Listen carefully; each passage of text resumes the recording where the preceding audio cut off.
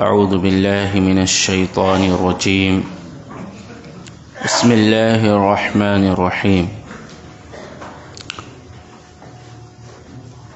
18ویں پارے کی تفسیر کا خلاصہ سماعت فرمائیں۔ اس سورہ میں اس پارے میں اللہ رب العالمین نے 3 سورتیں ہیں۔ سورہ مومنون ہے، سورہ نور ہے اور سورہ فرقان ہے۔ سب سے پہلے سورہ مومنون ہے۔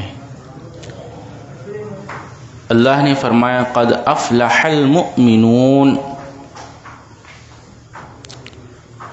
قد در حقیقت یقیناً بلا شبہ افلح،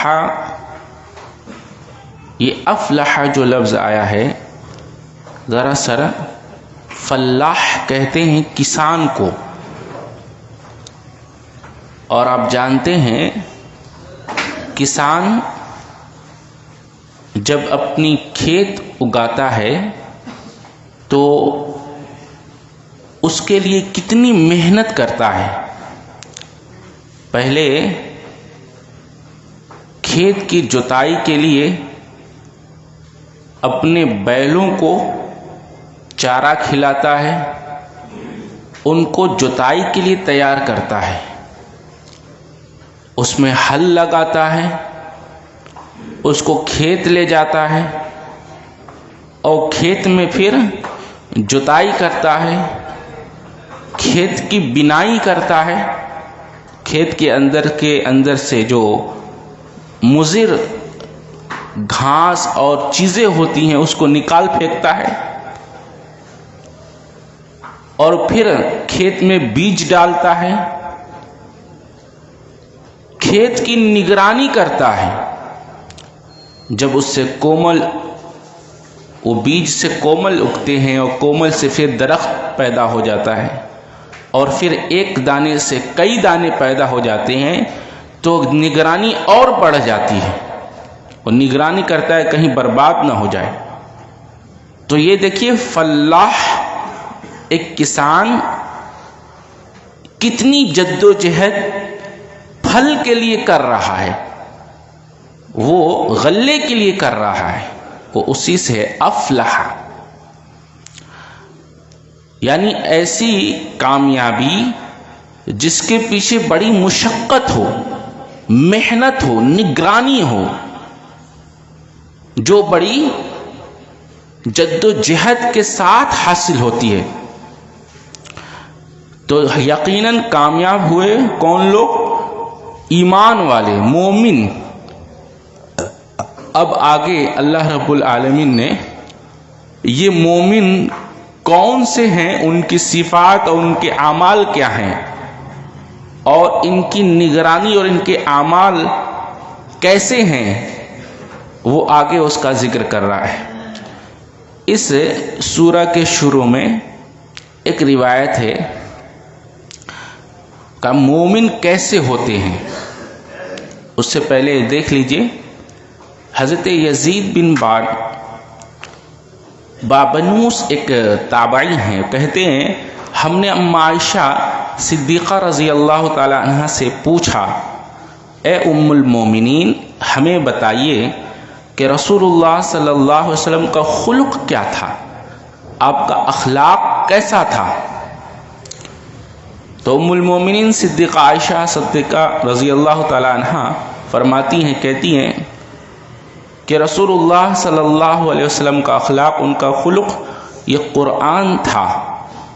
پھر انہوں نے فرمایا کہ سورہ مومنون پڑھتے ہو، سورہ مومنون پڑھتے ہو، اس میں اللہ رب العالمین نے جو صفات ذکر فرمائی ہیں 10 آیات میں، آپ نے وہ آیتیں تلاوت کی، قد افلح المؤمنون، یہی آیتیں ہیں۔ 10 آیات تک تلاوت کرنے کے بعد فرمایا رسول اللہ صلی اللہ علیہ وسلم کا خلق، آپ کا اخلاق ایسے ہی تھا۔ امام ذہبی رحمہ اللہ علیہ نے امام حاکم کے فیصلے کو برقرار رکھا ہے اور امام شیخ البانی نے اس کو صحیح الادب المفرد کی شرح میں اس کو صحیح کہا ہے، اس کی تخریج میں۔ خلق کا معنی ایسی عادت جو آدمی کو پیدائشی اور طبعی عادت بن جائے، یعنی ایک عادت تو وہ ہے کہ انسان کبھی کبھی ان عادتوں سے چھوڑ دیتا ہے، لیکن یہ جو صفات آگے ذکر ہو رہی ہیں اللہ کے نبی صلی اللہ علیہ وسلم کے اندر، یہ صفات گویا اس قدر ان کے اندر موجود تھی کہ کبھی ان صفات سے وہ الگ ہی نہیں ہوئے، ان سے متصف ہی رہے، کبھی ان صفات، ان اعمال اور ان عادات سے غافل نہیں ہوئے۔ گویا یہ ان کی عادت ہو گئی تھی، طبعی عادت بن چکی تھی۔ اور یہ صفات کون کون سے، وہ آگے آ رہے ہیں، وہ اوصاف، وہ صفتیں کون کون سی ہیں۔ قد افلح المؤمنون میں آپ سمجھا دیے آپ کو کہ فلاح یعنی وہ کسان، یاد رکھیے تو بات آگے جو کہی جائے گی وہ سمجھ آئے گی۔ کہا کامیاب ہو گئے، فلاح پا گئے کون لوگ؟ سب سے پہلے ایمان یعنی مومن۔ اب ان کی صفات ذکر ہو رہی ہیں، الذین هم فی صلاتہم خاشعون۔ یہ کون سے ایمان والے کامیاب ہوئے؟ جن ایمان والوں کی نماز کیسی ہوتی ہے؟ خاشعون، خشوع والی نماز ہوتی ہے۔ اللہ اکبر۔ یہ خاشعون سے کیا مراد ہے؟ خشوع کس کو کہتے ہیں پہلے یہ جان لیجئے۔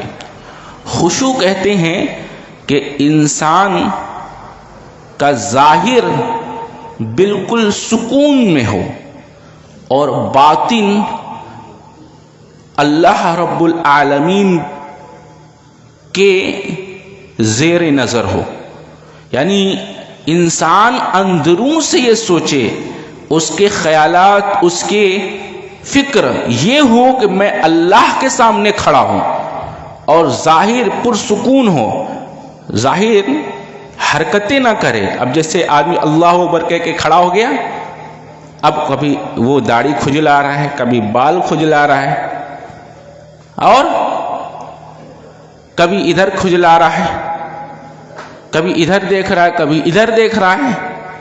یہ خشوع نہیں ہے۔ خشوع یہ ہے کہ آدمی کا ظاہر بے حرکت ہو اور باطن یہ ہو کہ اللہ کے سامنے میں کھڑا ہوں، اللہ کو دیکھ رہا ہوں، یا یہ نہیں تو کم از کم اللہ مجھے دیکھ رہا ہے۔ یہ خشوع ہے۔ اب اس کو اس طرح سمجھ لیجئے جیسے آپ کو کوئی مزدوری پر رکھتا ہے کہ آپ مزدوری کیجئے، آپ کو 6 گھنٹے کی مزدوری پر، 8 گھنٹے کی مزدوری پر رکھا گیا، اب آپ مزدوری کر رہے ہیں، جس سے آپ کو مزدوری لینی ہے وہ وہاں موجود نہیں ہے، اس نے وہ کہہ دیا اور کہہ کر چلا گیا، تو آپ کام تو کر رہے ہیں لیکن اس کام میں آپ اپنی منمانی کر رہے ہیں، منمانی کر رہے ہیں۔ لیکن اب جس سے آپ کو مزدوری لینی ہے وہ آدمی آپ کے سامنے آ کر کھڑا ہو جائے اور کہے کام کرو، تو اب آپ کیا کریں گے؟ یہ جو منمانی آپ کام کرنے میں کر رہے تھے، جو سستی کر رہے تھے، جو کسل مندی کر رہے تھے، اب ان سستی سے آپ باز آ جائیں گے، کیونکہ جس سے مزدوری لینی ہے وہ آدمی کھڑا ہے، وہ دیکھ رہا ہے کہ آپ کیسے کام کر رہے ہیں۔ تو آپ جب وہ موجود ہوگا، آپ دیکھ رہے ہوں گے، تو اس سے جو مزدوری لینی ہے تو آپ پورے اطمینان کے ساتھ اور اپنے کام کو پوری لگن کے ساتھ اور پوری توجہ کے ساتھ کریں گے کہ کہیں سے کوئی سستی نہ ہو، کوئی کمی نہ ہو، کوئی نقص نہ ہو۔ تو بتائیے آپ کی عبادتوں کا صلہ جو دینے والا ہے، جب یہ تصور ہوگا کہ جس سے مجھے اپنی عبادتوں کا صلہ لینا ہے، جس سے اجر لینا ہے، جو اجر دے گا وہ مجھے دیکھ رہا ہے، تو بتائیے اب کس قدر اس عبادت کے اندر توجہ ہونی چاہیے، خشوع ہونی چاہیے، اور کس قدر ہمیں کسل مندی سے، سستی سے، بے توجہی سے بچنا چاہیے، یہ آپ تصور کر لیں۔ تو جب ایک عام سا آدمی جو مزدوری دیتا ہے اس کے سامنے ہم سستی کا مظاہرہ نہیں کرتے، تو اب اللہ رب العالمین کے سامنے ہم اللہ کی عبادت کر رہے ہوں گے اور یہ ہمارے تصور میں ہوگا کہ اللہ مجھے دیکھ رہا ہے، تو بتائیے اب نماز کے اندر سستی، کاہلی، بے توجہی اور گمان، جو خیالات آتے ہیں، ان چیزوں میں ہم پڑھیں گے؟ نہیں پڑھیں گے۔ اللہ اکبر۔ تو لہذا اس طرح سے اگر کوئی عبادت کرتا ہے، وہ عبادتیں خشوع کے ساتھ ہوتی ہیں کہ آپ کا ظاہر بھی حاضر ہو اور آپ کا باطن بھی حاضر ہو، آپ جو پڑھ رہے ہوں وہ سمجھ رہے ہوں، جو کر رہے ہوں وہ جان رہے ہوں، آپ کیا کر رہے ہیں، آپ کیا پڑھ رہے ہیں اور آپ کس لیے پڑھ رہے ہیں۔ اللہ اکبر۔ تو سب حاضر ہو اور توجہ کے ساتھ آپ کر رہے ہیں، تو یہ خشوع ہے۔ خشوع سمجھ میں آ گیا؟ تو وہی ہیں جو اپنی نماز میں خشوع برتتے ہیں۔ پہلی صفت یہ اللہ کے رسول صلی اللہ علیہ وسلم نے بیان فرمائی ہے۔ امام بخاری نے اپنی صحیح میں ایک باب باندھا ہے، نماز میں ہاتھ سے مدد لینے کا باب، جب وہ کام نمازی سے متعلق ہو۔ پھر اس عنوان کے تحت ابن عباس رضی اللہ تعالیٰ عنہ کا قول نقل کیا ہے کہ انہوں نے فرمایا، آدمی نماز میں اپنے جسم سے جس طرح چاہے مدد حاصل کرے۔ پھر لکھتے ہیں کہ ابو اسحاق نے نماز میں اپنی ٹوپی نیچے رکھی اور اسے اٹھایا، اور علی رضی اللہ تعالیٰ عنہ نے اپنی ہتھیلی اپنے بائیں کلائی کے جوڑ پر رکھی، سوائے اس کے کہ اپنی جلد یعنی یہ اپنی جلد کو، چمڑی کو کھجلی کریں یا اپنا کپڑا درست کریں۔ اس کے بعد امام صاحب نے ابن عباس رضی اللہ تعالیٰ عنہما سے وہ حدیث نقل کی ہے جس میں انہوں نے رسول اللہ صلی اللہ علیہ وسلم کے ساتھ کھڑے ہو کر رات کی نماز پڑھنے کا ذکر کیا ہے۔ اس میں یہ بھی ہے کہ آپ صلی اللہ علیہ وسلم نے اپنا دایاں ہاتھ میرے سر پر رکھا اور میرا کان پکڑ کر اسے مروڑنے لگے، یعنی مجھے کان سے پکڑ کر دائیں طرف کر دیا۔ معلوم کیا ہوا کہ نماز کے اندر ان چیزوں سے، یعنی کھجلی کرنا اور ادھر ادھر تاکنا، دیکھنا اور خیالوں میں گم ہو جانا، یہ سب خشوع کے خلاف ہے، نماز کے اندر خشوع کے خلاف ہے۔ امام ابن قیم رحمہ اللہ علیہ نے نمازیوں کی پانچ تقسیم کی ہے، 5 طرح کے نمازی ذکر فرمائے ہیں۔ اور 5 طرح کے نمازی کون کون سے ہیں معلوم ہے؟ ایک ایسا نمازی ہے جو نماز پڑھنے تو آتا ہے، تو جب نماز پڑھنے آتا ہے تو وہ وضو صحیح طریقے سے نہیں کرتا، وضو اچھی طریقے سے نہیں بناتا، اور نہ ہی وہ نماز میں سکون کے ساتھ کھڑا ہوتا ہے، اور جب نماز پڑھتا ہے تو نماز میں خیالوں میں گم ہو جاتا ہے، خیالوں کو نہیں جھٹکتا، وسوسوں کو نہیں جھٹکتا، پوری نماز خیالوں اور وسوسوں کی نظر کر دیتا ہے۔ ایسا شخص جو اس طرح کی نماز پڑھتا ہے، ایسے شخص سے اللہ کی پوچھ ہوگی اور پکڑ ہوگی، کیا کہ تو نے نماز میں وسوسوں کو کیوں نہیں جھٹکا؟ یہ ایسا نماز نہیں چاہیے۔ اور ایک وہ شخص ہے جو وضو اچھی طرح کرتا ہے اور نماز میں جب کھڑا ہوتا ہے تو وسوسوں کو جھٹکتا ہے، اس کو دور بھگاتا ہے، اور نماز میں اس خیال سے نماز پڑھتا ہے کہ اللہ اسے دیکھ رہا ہے، تو ایسا نمازی کہتے ہیں کہ اس کو ثواب ہوگا۔ اور وہ ایک نمازی ایسا ہے کہ وضو بھی اچھی طرح کرتا ہے، نماز کے اوقات کا خیال رکھتا ہے، نماز میں کسی قسم کی حرکت نہیں کرتا، نماز میں وسوسوں کو آنے ہی نہیں دیتا، خیالات آتے ہی نہیں، اور نماز پوری اس طرح پڑھتا ہے گویا کہ اپنا دل اٹھا کر اللہ کی بارگاہ میں رکھ دیتا ہے اور یوں تصور کرتا ہے کہ وہ اللہ کو دیکھ رہا ہے۔ کہا کہ ایسا نمازی اللہ کے یہاں محمود ہے، ایسا نمازی محمود ہے۔ اللہ اکبر۔ تو کہا کہ 5 قسم کی نمازی ہیں، وقت نہیں کہ میں ان کو اس کی شرح بتاؤں، یہ مختصراً میں نے رکھ دیا ہے۔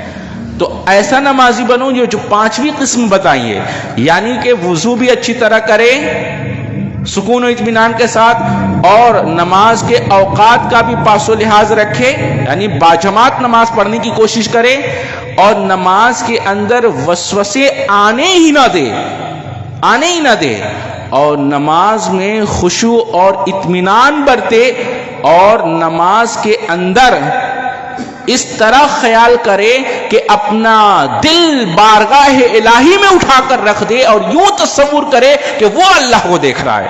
اللہ اکبر۔ ایسا نمازی بننے کی کوشش کرو۔ وہ نمازی نہیں کہ آیا اور جلدی جلدی وضو کیا اور سکون سے کھڑا بھی نہیں ہوا اور جھٹا جھٹ 2 لپالپ رکوع سجدے مارے، اور یہ جو سجدے رکوع کر رہے ہیں اس میں بھی وہ پوری کی پوری نماز وسوسوں کی نظر کر دی، خیالوں کی نظر کر دی، پتہ ہی نہیں چلا کب آیا، کب پڑھا اور کب چلا گیا۔ تو ایسی نمازی اللہ کو مطلوب نہیں ہے۔ یہ نمازی ویل والے نمازی ہیں، ویل للمصلین، یہ ویل والے نمازی ہیں۔ سمجھ میں آ گیا؟ تو اللہ نے مومنین کی صفات میں سے صفت کیا بتائی؟ نمازوں میں خشوع برتتے ہیں۔ اچھا، نمازوں سے وہ سستی نہیں کرتے۔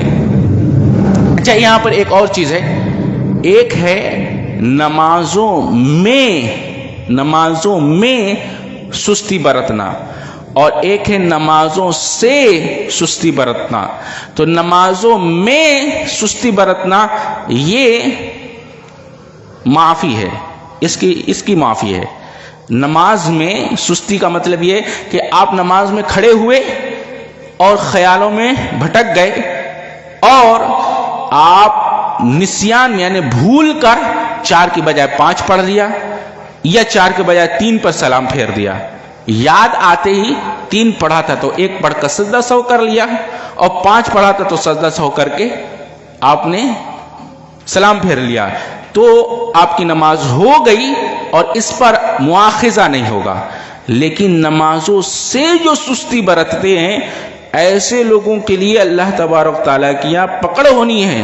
نمازوں سے سستی نہیں برتنی، یہ لوگ مذموم ہیں، لیکن نمازوں میں کبھی کبھی ایسے خیالات میں بھٹک جانا اور بھول جانا، نسیان کا ہو جانا، اس میں یہ انسانی فطرت ہے، ایسا ہو سکتا ہے، لیکن ہمیشہ ایسا ہو اس سے پرہیز کرنا چاہیے۔ ہمیشہ ایسا نہیں ہونا چاہیے، کبھی ہو گیا تو ہو گیا۔ تو یہ باتیں تھی۔ آگے دیکھیے دوسری صفت، والذین هم عن اللغو معرضون، اور وہی جو لغو کاموں سے منہ موڑتے۔ اس میں جو لغو لفظ لایا گیا ہے، اس کے معنی کیا ہوتے معلوم ہے؟ لغو کے معنی کیا ہیں؟ جس کا نہ دین کا فائدہ ہو نہ دنیا کا فائدہ ہو، ایسے کام، ایسے قول و فعل، ایسی بات یا ایسا عمل جس کا نہ تو دنیا کا فائدہ ہو نہ دین کا فائدہ ہو۔ اب اس میں ہر وہ کام آ گیا جو نہ دنیا میں فائدہ دینے والا ہے نہ دین میں فائدہ دینے والا ہے۔ اور آپ کو پتا ہے جنت میں لغو نہیں ہوگا، جنت میں لغو نہیں ہو گیا۔ تو لغو کاموں سے بچو جس کا نہ دنیا کا فائدہ ہو نہ دین کا۔ اور لغو کام میں کیرم کھیلنا، لوڈو کھیلنا، اور اس قسم کے جو وہ موبائل پہ جو کھیلتے ہیں، وہ کیا آج کل آ گیا ہے گیم، وہ گیم کھیلنا، بچوں لے کے گیم کھیلتے رہتے ہیں، وہ وقت ضائع کرتے ہیں۔ یہ سارے لغویات ہیں۔ مومنین ان چیزوں سے اعراض کر لیتے ہیں، منہ موڑ لیتے ہیں، الگ ہو جاتے، ان کے پاس جانا تو دور، ان کے قریب بھی نہیں جاتے، ان سے دور ہی رہتے ہیں، لغو کاموں کے قریب تک نہیں جاتے ہیں، ان سے اعراض کر لیتے ہیں۔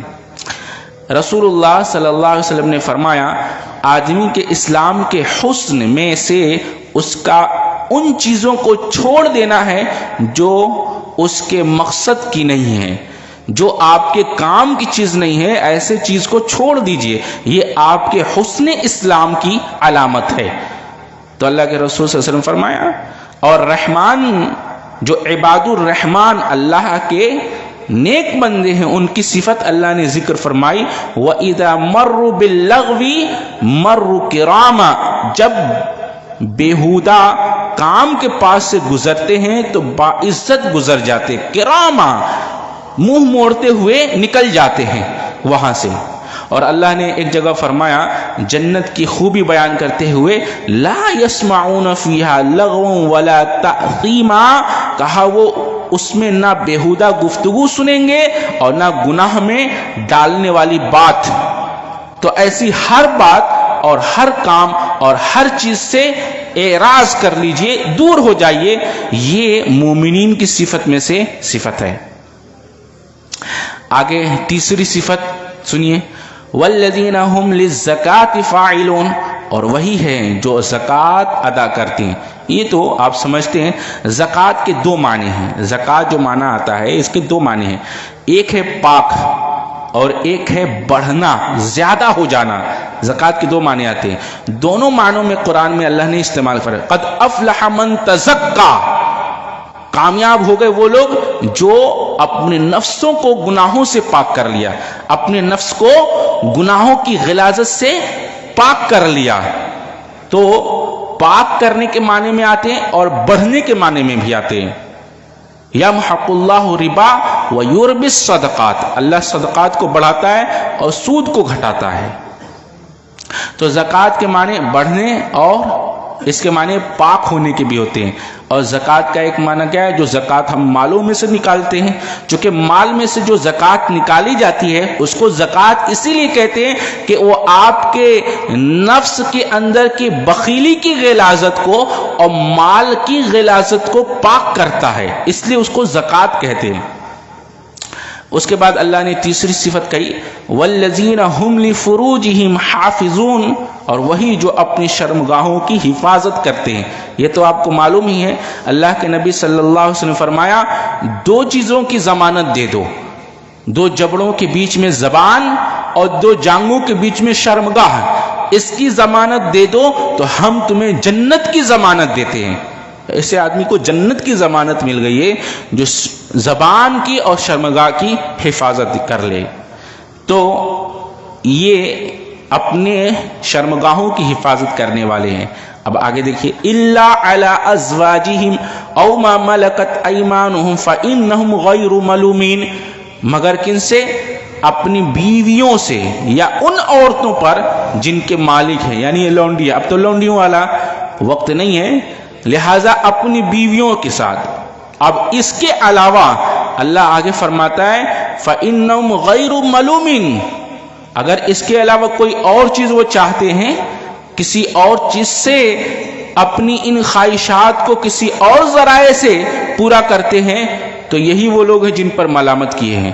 لہذا وہ صرف اپنی بیویوں کے ساتھ اپنی خواہشات پوری کرتے ہیں۔ تو یہ اللہ نے یہ فرمایا۔ اچھا آگے دیکھیں، فَمَنِ ابْتَغَى وَرَاءَ ذَلِكَ فَأُولَئِكَ هُمُ الْعَادُونَ، پھر جو اس کے سوا تلاش کرے، اس کے سوا یعنی بیوی اور لونڈی کے سوا کوئی اور راہ اختیار کرے۔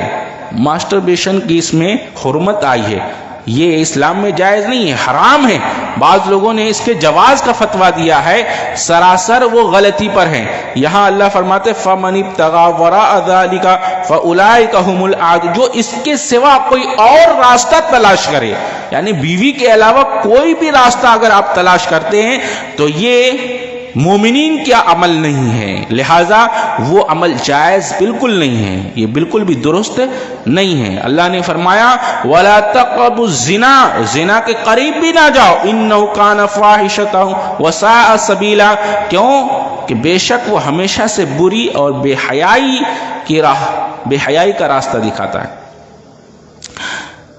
آگے اللہ رب العالمین فرماتا ہے والذین هم لأماناتهم وعہدهم راعون، دو باتیں ہیں، ایک کہ وہ امانت میں خیانت نہیں کرتے، اور دوسرا جب عہد کرتے ہیں، وعدہ کرتے ہیں تو وعدہ خلافی نہیں کرتے۔ مومنین اور منافقین میں فرق کیا ہے پتہ ہے؟ مومن وعدہ خلافی نہیں کرتا، لیکن منافق جب بھی وعدہ کرتا ہے وعدہ خلافی کرتا ہے۔ اور مومن جھوٹ نہیں بولتا اور منافق ہر بات میں جھوٹ بولتا ہے۔ سمجھ میں آیا؟ اور مومن امانت میں خیانت نہیں کرتا، لیکن منافق جب بھی امانت رکھو خیانت کرتا ہے. سمجھ میں آیا؟ اور مومن کے اوپر نماز بھاری نہیں ہوتی، گرا نہیں گزرتی. منافق کے اوپر نمازیں بھاری گزرتی ہیں، گرا گزرتی ہیں. مومن عبادتوں کو اللہ کی رضا کے لیے خوش دلی کے ساتھ ادا کرتے ہیں، لیکن منافق اس طرح تنگ دلی کے ساتھ، سستی، کاہلی اور کسل مندی کے ساتھ عبادت کرتے ہیں. یہ ساری مومن اور منافق کی علامتیں ہیں جو آپ کو بتا رہے ہیں. تو اس میں سے دو علامت ذکر ہوئی، امانت میں خیانت اور دوسرا عہد کی پاسداری. تو مومن عہد کی پاسداری کرتے، وعدہ کرتے تو پورا کرتے ہیں، اور دوسرا امانت میں خیانت نہیں کرتے. آگے کہا گیا والذین هم علی صلواتہم یحافظون. اچھا، ایک تو وہاں خاشعون کہا گیا، نمازوں میں خشوع برتتے، پھر نمازوں کا ذکر والذین هم علی صلواتہم یحافظون، اور وہی جو اپنی نمازوں کی خوب حفاظت کرتے ہیں. یہ پھر وہ بات کیوں لائی گئی ہے؟ یہ بڑی شاندار بات ہے.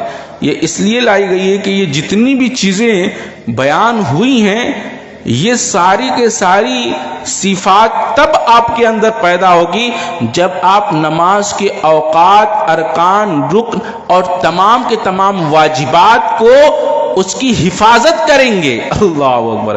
نمازوں کی حفاظت، یہ نمازوں کی حفاظت ذریعہ ہے کہ آپ تمام اعمال صالحہ کی حفاظت کرنے والے بن جائیں گے. اور اگر نمازوں کی حفاظت نہیں رہی تو بقیہ اعمال کی حفاظت یہ ممکن نہیں ہوگی. گویا کہ یہ نمازوں کی حفاظت ذریعہ ہیں دیگر اعمال صالحہ کی حفاظت کے لیے. اس لیے آخر میں پھر وہ آیت لائی گئی والذین هم علی صلواتہم یحافظون، وہی جو اپنی نمازوں کی خوب حفاظت فرماتے ہیں. اچھا، اس سلسلے میں ایک روایت ہے، اللہ کے رسول صلی اللہ علیہ وسلم سے سوال ہوا، یا رسول اللہ صلی اللہ علیہ وسلم ہمیں سب سے افضل عمل کون سا ہے بتا دیجئے. آپ نے فرمایا نماز کو اس کے وقت پر ادا، الصلاۃ علی وقتہا، نماز کو وقت پر ادا کرنا. بعض لوگ کیا کرتے ہیں، نماز کو اس کے وقت سے مؤخر کر دیتے. یہ محمود نہیں ہے، پسندیدہ نہیں ہے. نماز کو وقت پر ادا کیا جائے. کہا کہ پھر کون سا؟ کہا والدین کے ساتھ حسن سلوک کرو. کہا پھر کون سا؟ کہا جہاد فی سبیل اللہ، اللہ کے راہ میں جہاد کرنا. تو نماز کو اس کے وقت پر، اول وقت پر ادا کرنا تمام عملوں میں سب سے افضل اعمال میں سے ہیں. اب آگے کہا گیا کہ جو ان اعمال ان صفات سے متصف ہو جائیں، یعنی یہ جو اعمال گنائے گئے ہیں ان کو اس قدر ادا کرنے والے ہو جائیں گویا کہ یہ اعمال ان کی طبیعت کی عادی ہو جائیں، ان کی طبیعت ان عملوں کی عادی اس طرح ہو جائے گویا ان کی طبعی صفت بن جائے، ان صفتوں سے وہ متصف ہو جائیں گے. تو آگے اللہ فرماتا ہے اولئک هم الوارثون. اللہ اکبر. یہ سن کر جائیے، شاید آپ نے کبھی سنا ہو، کیا ہے اولئک هم الوارثون، یہی وہ لوگ ہیں جو وارث ہیں. اچھا، وارث کس کے ہیں؟ آگے سن لیجئے، الذین یرثون الفردوس ہم فیہا خالدون، جو فردوس کے وارث ہیں. اللہ اکبر. ہم فیہا خالدون، جس میں سے وہ کبھی نکالے نہیں جائیں گے. اچھا، وارث ہیں، یہ کیوں کہا گیا؟ اس لیے کہ وراثت کا جو معاملہ ہے، وارث جب کوئی بن جاتا ہے تو یہ اس کا حق ہو جاتا ہے، وہ اس کا مستحق ہو جاتا ہے. وہ لے یا نہ لے ملنا اسی کو ہے. یہ ہے وارث کا مطلب. وارث کا مطلب کیا ہے؟ آپ کو کسی مال کا وارث بنا دیا گیا، آپ لیں یا نہ لیں آپ کو ملنا وہی ہے جس کے آپ وارث بن گئے، آپ کو مل کر رہے گا. اللہ اکبر. یہ جو بات لا کر کہی گئی ہے بہت ہی شاندار ہے کہ اگر تم یہ اعمال کو اس طرح ادا کرنے والے بن جاؤ کہ اس کے عادی بن جاؤ، ان صفتوں سے متصف ہو جاؤ، تو ہم تمہیں وارث بنا دیں گے. اور کیسا وارث؟ فردوس کے وارث بنا دیں گے. اللہ اکبر. اور فردوس کون سی ہے؟ فردوس جانتے ہیں کس کو کہتے ہیں؟ فردوس کے تعلق سے اللہ کے نبی کی روایت ہے، حضرت ابو ہریرہ راوی ہیں، کہتے ہیں اللہ کے رسول صلی اللہ علیہ وسلم فرمایا جب تم اللہ سے مانگو تو فردوس مانگو. اور کیونکہ وہ جنت کا اوسط اور جنت کا اعلیٰ سب سے بلند حصہ ہے. راوی حدیث کہتے ہیں کہ میں سمجھتا ہوں پھر آپ نے یوں فرمایا کہ اور اس کے اوپر رحمان کا عرش ہے. بتائیے جس کی چھت رحمان کا عرش ہو وہ کتنا اعلیٰ ہوگا, اللہ وہ کتنا بلند ہوگا. رحمان کا عرش فردوس کی چھت ہے, جنت الفردوس کی طرح. تو جب تم اللہ سے سوال کرو تو جنت میں جنت الفردوس مانگو. کیوں؟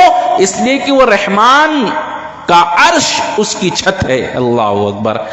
تو اللہ رب العالمین فرماتا ہے ان صفت سے متصف ہو گئے تو ہم تمہیں فردوس کا وارث بنا دیں گے اور ہم فیہا خالدون, کبھی اس سے نکالے نہیں جاؤ گے. یہ صفات اچھے سے رٹ لیں اور اس کو عمل میں لائیں اور اس کے اس طرح عادی ہو جائیں کہ یہ اعمال آپ کی صفت بن جائے. آپ ان عملوں کو اس طرح ادا کرنے والے بن جائیں کہ یہ آپ کی صفت بن جائے, اس صفت سے آپ متصف ہو جائیں. اللہ اکبر. یہ مطالبہ ہے. جب ایسا ہوگا تو آگے اللہ کہتا ہے ہم تمہیں وارث بنا دیں گے. اللہ اکبر. یہ اتنی شاندار بات ہے. اس کے بعد اللہ فرماتا ہے ثم جعلناه نطفة في قرار مكين. اب اللہ نے انسانی زندگی کے 7 مرحلے ذکر فرمائے. گویا کہ میڈیکل سائنس کو ان آیتوں میں جمع کر دیا. پورا میڈیکل سائنس اس کے اندر مضمر ہے, موجود ہے, اندر ہے. 7 مرحلے اللہ نے بتائے ہیں کہ کس طرح سے ادا کیا جاتا ہے. اور جتنے لوگ ڈاکٹر پڑھتے ہیں, ڈاکٹری پڑھتے ہیں, میڈیکل پڑھتے ہیں اور میڈیکل سائنس میں جستجو رکھتے ہیں, آپ ان لوگوں سے پوچھئے کہ یہ جو اللہ نے بتا دیا ہے یہ حرف آخر ہے. سائنس ترقی کرتے کرتے اور اس کی تحقیق کرتے کرتے اب پہنچی ہے 1400 سال پہلے اللہ کے رسول صلی اللہ علیہ وسلم پر یہ آیت نازل ہو گئی اور بتا دیا گیا کہ انسان کی پیدائش کن کن مرحلوں سے اور کس کس طرح ہوتی ہے. ایک جگہ ہم نے پڑھا کہ ایک ڈاکٹر نے یہ چیک کرنے کے لیے کہ بچہ کب کتنے کتنے دن پر کس کس شکل میں ہوتا ہے, تقریباً 18 سے 20 عورتوں کا اس نے قتل کر دیا.